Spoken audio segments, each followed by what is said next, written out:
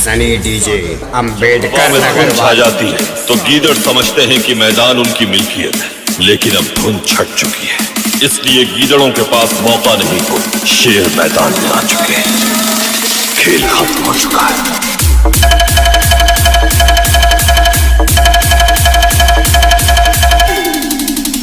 अरे बेटवा, हम तोहका का बताई, हम पैदा किया ऐसे, तू हो गया कैसे, जैसे चिलम चटुआ। भाग सारे चिलमहवा भाग, भाग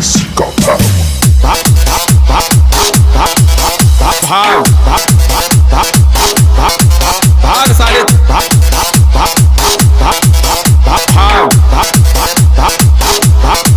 भाग सारे चिलमहवा भाग,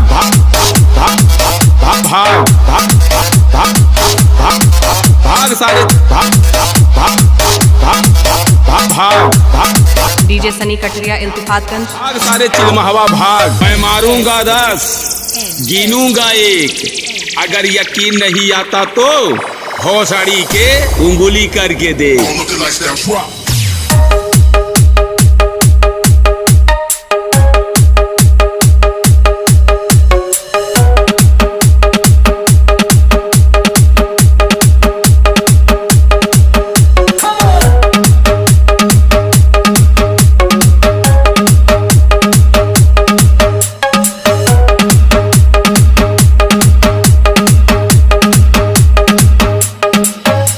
सनी डीजे अम्बेडकर नगर वाले जब डीजे तो भोसड़ी के रेगिस्तान भी हरे भरे हो जाते हैं।